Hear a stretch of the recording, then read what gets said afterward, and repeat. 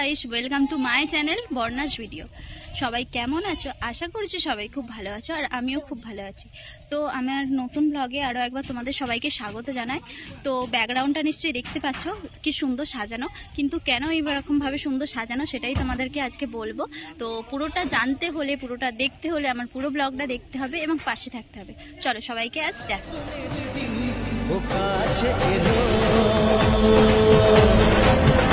জীবন আরো যেন রঙিন হলো,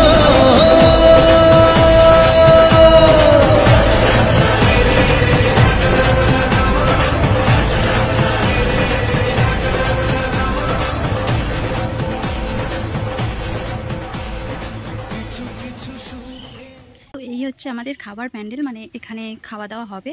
তো এখনও ঠিকঠাক হয়নি, যেহেতু বিয়ে এখনও অনেক দিন বাকি আছে। তো চলো তোমাদের দেখাই। আর এই হলো রান্নাঘর, মানে এখানে রান্না টান্না হবে। তো যেহেতু ওই গেট দিয়ে আমি ঢুকেছি, তাই এই গেট দিয়ে আমি বেরোবো। তো চলো সবাই।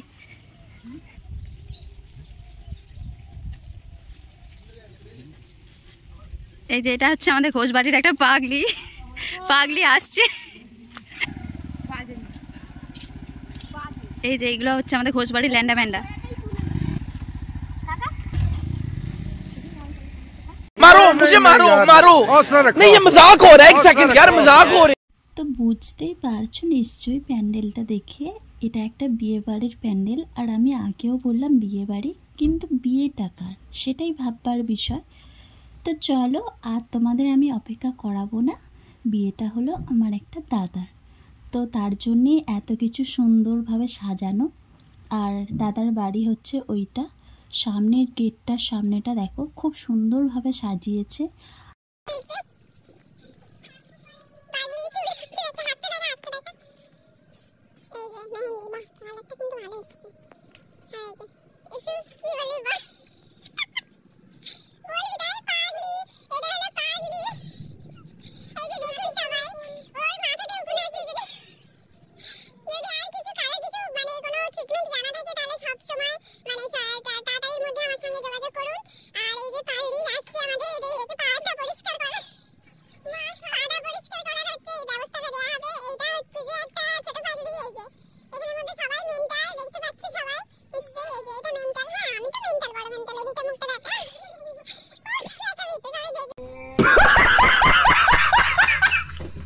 তো তোমরা ভিডিওটা দেখে প্রচণ্ড সবাই হাসবে, আর আমরা একসঙ্গে থাকলে এরকমটাই হয়।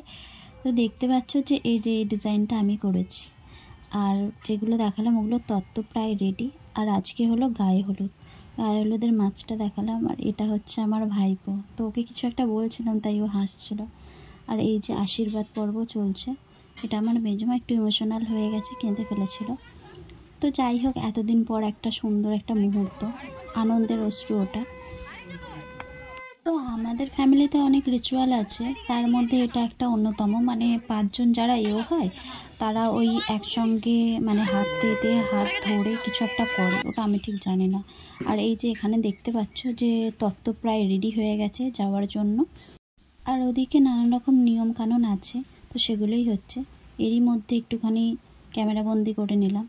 আর এই যে দেখো, আমি দাদাকে হলুদ মাখাচ্ছিলাম, আর এদিকে মানে ডিএসএলআরে পোজ দিচ্ছিলাম যে হ্যাঁ ঠিক আছে, ভালো করে ছবি তুলো।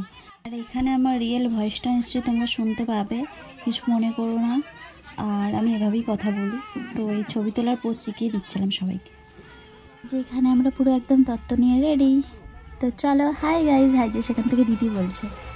তো আমাদের ফ্যামিলির এই যে মেম্বার, ভাই বোন দিদি মেজমা সেজমা অনেকজন আছে। সো তোমাদের এখন পরিচয় করাতে গেলে আর তোমরা কেউ চিনতেও পারবে না, তো বেকার পরিচয় করিয়েও লাভ নেই। আমাদের ফ্যামিলি মেম্বার প্রায় ওই 50 জন মতো তো হবেই, আর সবাই বেরিয়ে পড়েছে। আর এই দেখো ইয়াপ বড় একটা মাছ। আর এই যে এটা নেবে আমার বড় জামাইবাবু, এই যে দেখতে পাচ্ছ আমার বড় জামাইবাবু। এবার মানে মাছটা নিয়ে সামনে বসছে, আর এবার টাটা বাই বাই করে কেমন চলে যাবে আমাদেরকে একা করে দিয়ে। Tata tata.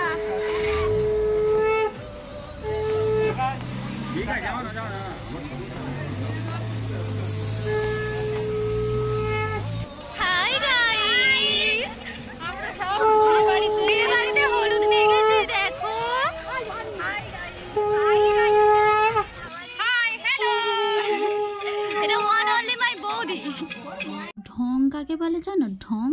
সেই ঢংটা সব থেকে বেশি আমি ভালো করতে পারি। তো যাই হোক, চলো এই যে খাবার জায়গাতে চলে এসেছি। আর তারপরে একটুখানি ফটোশ্যুট করছিলাম, এই যে দেখো। তো দাদাও ফটোশ্যুট করছিল। দাদার ফটোশ্যুট করার সময় ওই আমি একটা যে ফ্ল্যাশ লাইট হয় সেই লাইটটা আমি ধরেছিলাম। আর এইগুলো হচ্ছে আমাদের ঘোষবাড়ির সব বাচ্চা কাচ্চা। এই যে দেখতে পাচ্ছ, এই যে এই লাইটটার নাম কি আমি জানি না, তো যাই হোক ধরেছিলাম। খাবি তো? বসে পড়েছে কিন্তু পাতা দেওয়া হয়নি, অবস্থাটা দেখ।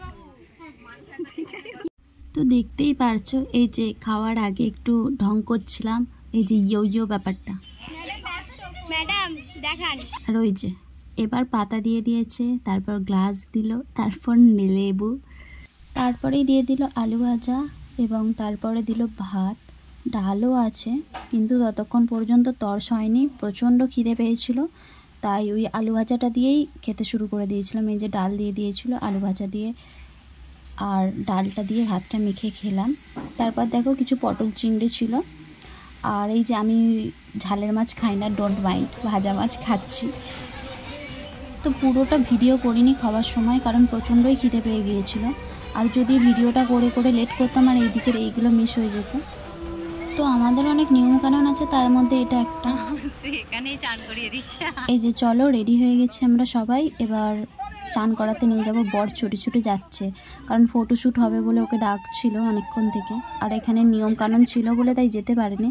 আর এই যে দেখতে পাচ্ছ আমাদের ঘোষবাড়ির এতজন লোকজন। আর এইটা হলো সেই রাস্তা, মানে আমাদের নদীর ঘাটে চান করতে যাওয়ার এইটার একটা রাস্তা। তো এই রাস্তাটা দিয়ে আমরা যাচ্ছিলাম, সামনে একটা কালী ঠাকুরের মন্দির ছিল। আর এই যে ঠিক বাঁধের ওপরটাই উঠে পড়েছি আমরা, দেখতে পাচ্ছ। আর দাদা খালি পায়ে যাচ্ছে এই গরমের মধ্যে, বাবা বুঝতে পারছে না যে ও কী করে যাচ্ছে।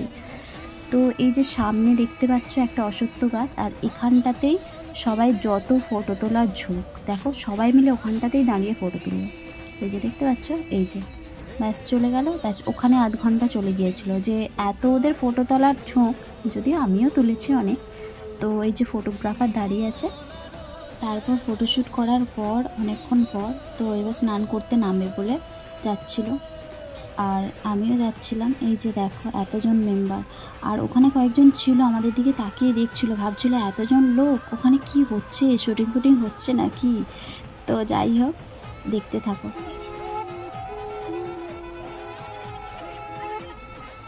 আর এই যে আমি প্রথমে নেমে একটু পাটা ধুচ্ছিলাম, আর বৌদিরই বলছিলাম যে তোরা একটুখানি ভালো করে ভিডিওটা করতো না, অনেকক্ষণ থেকে আমি একা ফোনটা ধরেছি আর হাত ব্যথা হয়ে গেছে।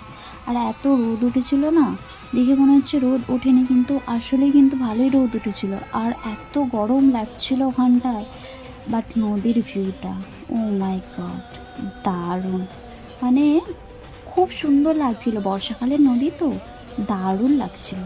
তো দেখো, আর বৌদি, এই যে আমার একটা বৌদি ঘর ডুবিয়েছিল, এই যে ঘর ডুবিয়ে নানা রকম ওখানে নিয়ম আছে, অনেক কিছু নিয়ম আমাদের বাড়িতে রয়েছে। তো এত কিছু নিয়ম আমি অতটা জানি না, তো কিছু কিছু তুলেছি। মুখে দেখ। 1 2 3 স্টার্ট।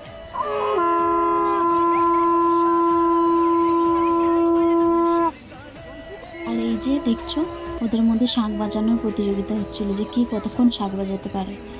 আর এই যে সেলফি কুইন আমার দিদি সেলফি তুলছিল।